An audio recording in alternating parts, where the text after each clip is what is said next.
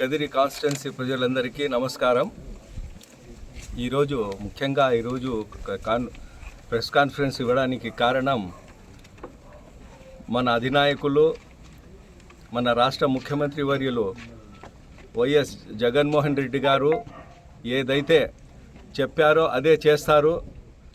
ఈ 5 ఏళ్లలో ఏం చెప్పారో అదే చేశారు.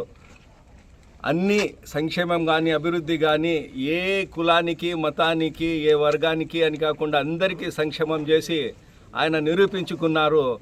అందరికీ నేను ముఖ్యమంత్రిని, ఒక్కరికే కాదు అనే ఒక విధంగా ఆయన స్టాండ్ మీద ఉన్నారు. ఇంకో విషయం, ముఖ్యంగా ఈ సార్వత్రిక ఎన్నికల్లో ఏదైతే ఆయన ఎదుర్కోవడానికి ఈ 3 పార్టీలకు ఏకమై బీజేపీ, జనసేన, టీడీపీ ఏకమై ప్రజల్ని మభ్యపెట్టి ప్రజల్ని పొల్యూట్ చేసి ఓట్లు పీకల్లనే ఒక ఉద్దేశంతోనే ఇక్కడ రాజకీయాలు చేస్తున్నారు. ముఖ్యంగా కదిరిలో కూడా అదే రాజకీయం జరుగుతోంది.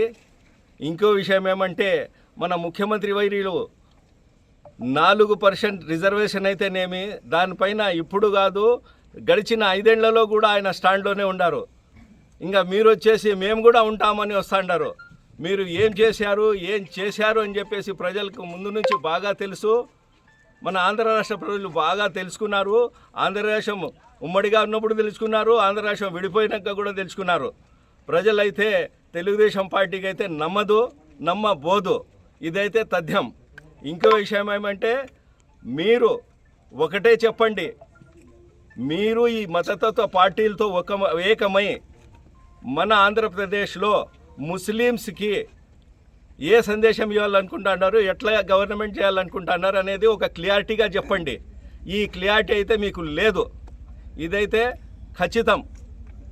మన ముఖ్యమంత్రి వర్యులు అన్నిటికీ ఇంత 5 సంవత్సరాల్లో ఏ ఒక్కరికి కానీ, ఏ మైనారిటీకి కానీ, ఏ బీసీ, ఎస్సీ, ఎస్టీ వర్గానికి కానీ ఇంత కానీ నష్టం జరగకుండా ఇంత మంచి గవర్నెన్స్, ఇంత మంచి గవర్నమెంట్ తెచ్చినారంటే ఆయన ఎంత బాగా గవర్నమెంట్ చేసినారనేది ప్రజలందరికీ తెలుసు.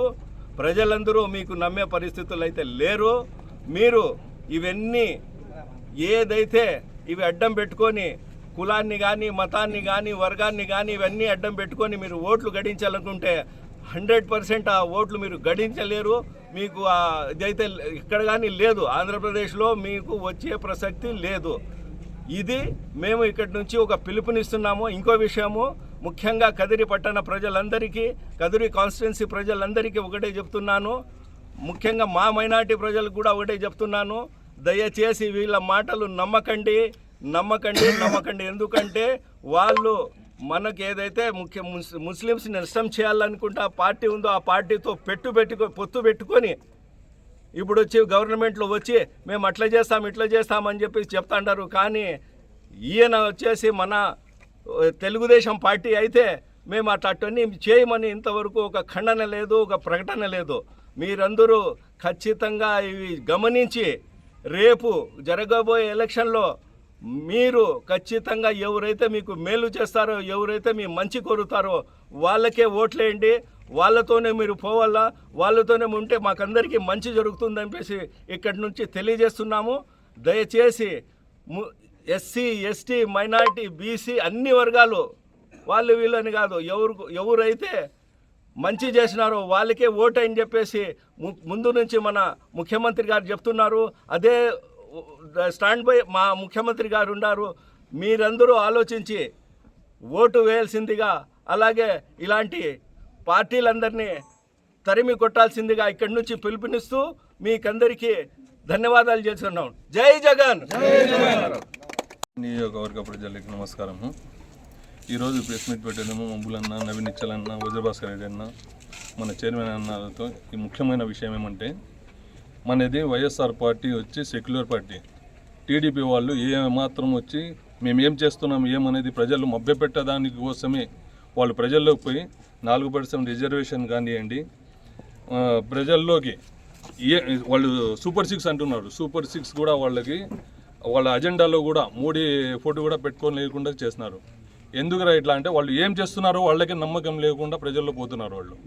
మనది వచ్చి సెక్యులర్ పార్టీ, నా 4% రిజర్వేషన్ ఖచ్చితంగా వచ్చి అమలు చేస్తామని చెప్పేసి మన జగన్ గారు చెప్పారు. మోడీ గారు ప్రెస్ మీటింగ్లో ఉన్నప్పుడు నాకు ఈ దేశము రాష్ట్రం ముఖ్యం కానీ రాష్ట్ర ప్రజలు ముఖ్యం కానీ నాకు మీరు పెట్టే ఏదైనా సెక్యులర్ దానికి నేను ఆమోదించామని గురించి క్లియర్గా మా జగన్మోహన్ రెడ్డి చెప్పారు. కానీ వీళ్ళు మన చంద్రబాబు నాయుడు గారి దాని స్పష్టత లేదు. ఎందుకు ఎట్లా అంటే వాళ్ళతో వాళ్ళు కలిశారు కాబట్టి ప్రజలను మభ్యపెట్టేదానికే వాళ్ళు ప్రజల్లో వస్తున్నారు తప్ప జనాల్లోకి. కానీ క్లియర్గా ఏమాత్రం వచ్చి మేము సూపర్ 6 వాళ్ళు ఇచ్చిన దానికి ఆమోదం అవుతాయనేది ఏమాత్రం వాళ్ళకి ప్రజలకు నమ్మకం లేదు. మన జగన్మోహన్ రెడ్డి సార్ ఏదైతే నవరత్నాలు ఆమోదం చేశారో దానికి ఒక ఖురాన్గా ఒక బైబిల్గా దానికి ఆమోదం చేయాలనే ఉద్దేశంతోనే వాళ్ళు నవరత్నాన్ని తీసుకొని వెళ్ళారు తప్ప మాది ఏది అజెండా ఉన్నా కూడా వచ్చి వైఎస్ఆర్ మనకు అది ఆమోదం చేస్తేనే మేము మా జగన్మోహన్ రెడ్డి గారు దానికి పెడతారు తప్ప దానికి ఆమోదం చేయని అన్నీ వచ్చి దీనిలో పెట్టారని చెప్పేసి సభాముఖంగా తెలియజేస్తున్నాం.